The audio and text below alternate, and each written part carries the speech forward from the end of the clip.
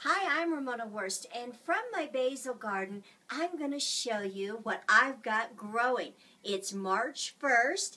These are little biosponges, and they actually fit right into my styrofoam container here, and then I have a dome, and that's why it's called a biodome.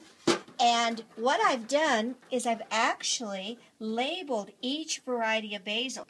Now this one holds 60 different little containers here, so you could actually do 60 varieties at one time. What I'm actually doing is 6 of the same variety. That way I know I've got a strong basil. And believe me, I don't kill my basils, so each one of them is going to get planted and is going to be able to grow big and beautiful.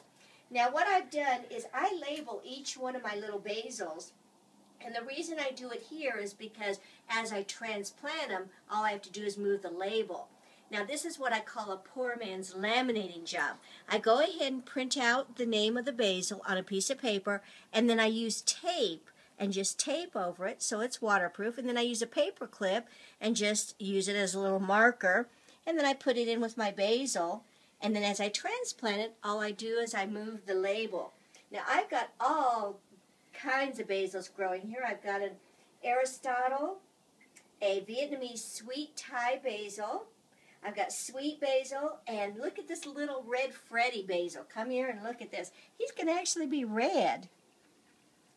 I've got lemon basil, cinnamon compact basil, Thai holy basil, lime basil, licorice basil, and I've got Langcury basil. And both the Vietnamese sweet Thai basil and the Langcury basil are from Vietnam. So I'm really excited. I cook a lot with basil in my Vietnamese cooking recipes. So this is just one way that I start my basil seeds, and as you can tell, these are probably about 3 days old. So I'm going to go ahead and put the dome back over them, and I keep the dome closed, the little vents closed, and the reason why is I want it to actually, as you can see, it's steaming up. I want it to steam up so it keeps the basil warm. Basil likes to be at least 70 degrees in order for it to sprout and grow. Now we have installed a grow light, and I go ahead and keep my grow light on. I keep it on 24/7 right now just to give them enough light and a really good start.